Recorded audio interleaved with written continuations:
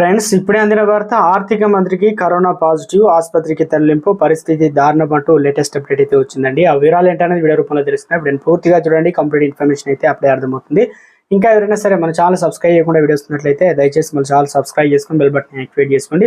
ఇటువంటి latest update miss అవ్వకుండా ఎప్పటికప్పుడు నోటిఫికేషన్ రూపంలో అందిస్తానండి. చూస్తున్న ప్రతి ఒక్కరు కూడా లైక్ చేసి మిత్రులందరికీ వీడియోను షేర్ చేయండి. లేట్ చేయకుండా వీడియోలోకి వచ్చినట్లయితే, ఇటీవల కాలంలో ప్రపంచవ్యాప్తంగా కరోనా అనేది విజృంభించింది, చాలా మంది తీసుకువెళ్ళింది. ప్రస్తుతానికి మరోసారి కరోనా అనేది వేవ్ అనేది చేంజ్ అయినట్లు.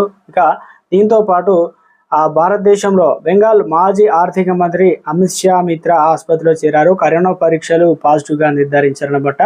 వైద్యులు ఐసోలేటెడ్ ఇన్సల్టివ్ కేర్లో అయితే ఉంచి వైద్యులు చికిత్స అందిస్తున్నారు. సీఎం మమతా బెనర్జీకి ప్రస్తుతం ప్రిన్సిపల్ చీఫ్ అడ్వైజర్గా అయితే ఉన్నారు అమిత్ మిత్ర. సో మొత్తానికి అయితే కరోనా అనేది ఎప్పుడు ఎవరిని అటాక్ చేస్తుందో తెలియని పరిస్థితి అయితే ఉంది. కాబట్టి ఇప్పుడు ప్రస్తుతానికి జికా వైరస్ దోమల ద్వారా వస్తుందని చెప్పేసి లేటెస్ట్ అప్డేట్. దీనివల్ల ఇక అమీబాకు సంబంధించి ఏదైతే మెదడును సైతం